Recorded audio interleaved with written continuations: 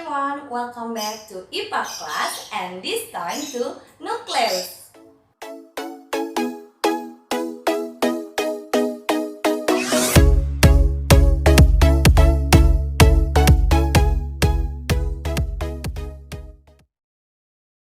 Halo, ya, ketemu lagi sama Ibu untuk mata pelajaran IPA.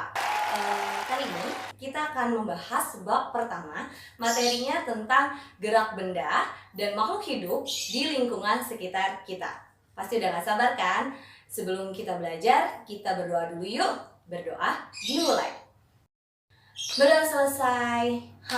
Jangan lupa kita bersyukur ya sama Allah Subhanahu wa Ta'ala, sama Tuhan Yang Maha Esa juga, karena diberikan kesehatan sehingga kita bisa belajar hari ini, dan juga atas rahmatnya karena kita diberikan kesempurnaan punya alat gerak tangan ataupun kaki untuk bergerak, untuk mobilitas. Jadi sebelumnya Ibu mau tanya, bagaimana sih sebuah benda itu dapat dikatakan bergerak? Ya. Nah, betul sekali. Kalau dia berpindah posisi, enggak. Benda yang bergerak biasanya melewati sebuah lintasan. Lintasannya ini bisa berbentuk lingkaran, bisa berbentuk garis lurus, ataupun tak beraturan. Intinya mereka bergerak. Untuk materi bergerak kali ini, materi benda bergerak, kita akan bahas 4 komponen penting. Yang pertama, kita akan bahas tentang jarak. Yang kedua, kita bahas tentang perpindahan. Yang ketiga, kecepatan. Dan yang keempat adalah percepatan. Pasti udah gak sabar kan? Yuk disimak materinya. Kelas 8 ini kita bahas tentang gerak lurus beraturan. Nah, pasti gerak lurus itu pasti gerakan yang terjadi pada lintasan yang lurus. Nah, di sini kita akan bahas tentang jarak dan juga perpindahan. Ada yang tahu apa perbedaan antara jarak dengan perpindahan? Sebelumnya Ibu kasih contoh dulu. Misalkan ada seorang anak bernama Ice Juice, ya.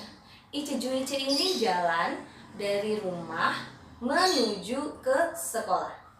Nah, jarak dari rumah ke sekolah Ice itu 4 km. Berarti kalau misalkan ditanya jaraknya berapa? 4 km. Dan berapa perpindahannya? Karena berpindahnya dari rumah ke sekolah Ice, maka sama 4 km. Tetapi kalau misalkan Ice jalan ke sekolah tapi mampir dulu nih ke Indomaret. Nah, Ice jalan dari sekolah ke Indomaret. Ternyata dari rumah ke Indomaret. Ternyata dari rumah ke Indomaret itu jaraknya 2 km. Dari Indomaret ke sekolah jaraknya 2 km.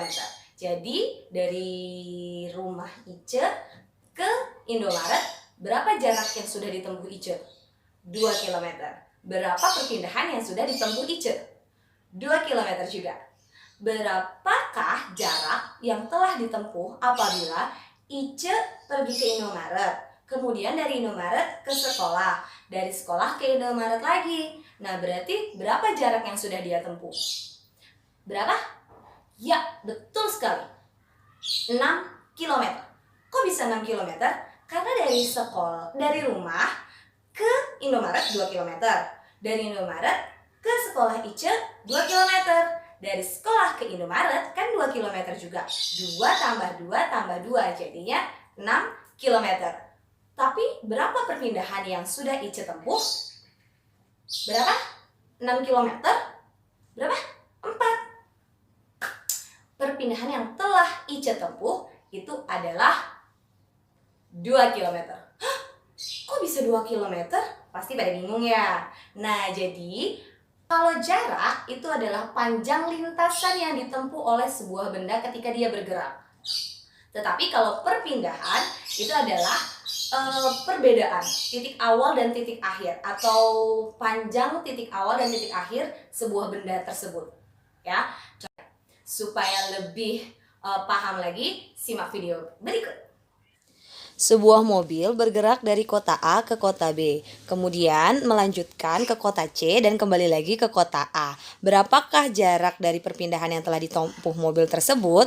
Nah, jadi diketahui nih, kota A ke kota B kan jaraknya 3 kilometer. Nah, dari kota B ke C itu adalah 5 kilometer. Jadi kalau yang ditanya adalah jarak tempuh mobil, maka tinggal dijumlah saja jarak dari kota A ke kota B, kemudian kota B ke kota C ke kota B, dan kota B ke kota A yang jumlahnya adalah 16 km. Untuk perpindahannya, kita lihat dari mobilnya tadi titik awalnya di kota A, berjalan ke kota B, ke C, lalu kembali lagi ke kota A. Maka titik awalnya di kota A, titik akhirnya di kota A juga. Maka tidak ada perpindahan, sehingga besar perpindahannya adalah 0. Nah, sudah jelas kan antara jarak dengan perpindahan?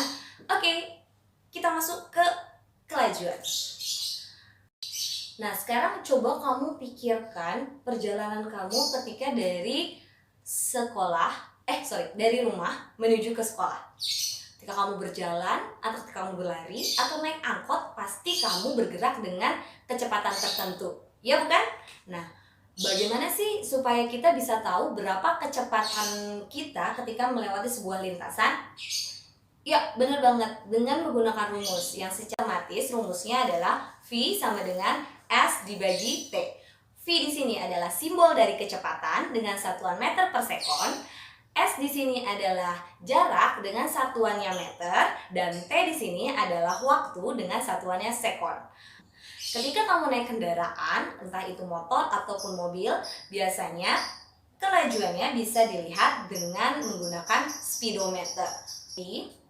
Kok Bu Nova tadi ngomong kelajuan?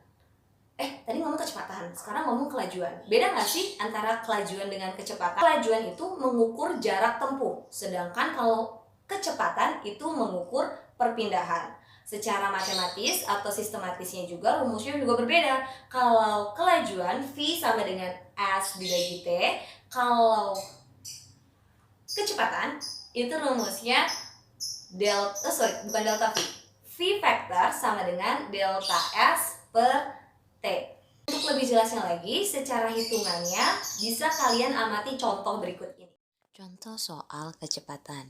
Seperti digambar, sebuah mobil bergerak sejauh 80 meter dalam waktu 8 sekon.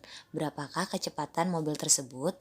Nah, diketahui di sini S-nya adalah 80 meter dan T-nya adalah 8 sekon. Maka kita masukkan tuh rumusnya V sama dengan S dibagi T. V sama dengan 80 meter dibagi 8 sekon. Nah, hasil akhirnya adalah V sama dengan 10 meter per sekon. Ya, udah paham kan? Nah, meskipun kelajuan dan kecepatan itu punya rumus yang berbeda, tetapi karena kita materi bab 1 ini bahasnya tentang GLB, gerak lurus beraturan, maka kita sepakati kelajuan dan kecepatan nilainya akan sama, simbolnya akan sama, dan juga besarannya sama. Jadi kita gunakan saja V sama dengan S dibagi T. Ya, gimana? Sudah ngerti kan? Paham kan materinya? Alhamdulillah. Jangan lupa dikerjakan ujian formatifnya, ada sedikit latihan ya, dan tugas di data tugas. Ibu tunggu 2 kali 24 jam sampai dengan hari Jumat.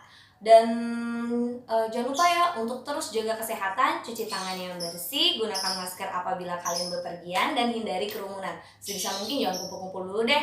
Ya, tetap sehat, tetap semangat, dan semangat untuk belajar. See you on the next video. Bye-bye.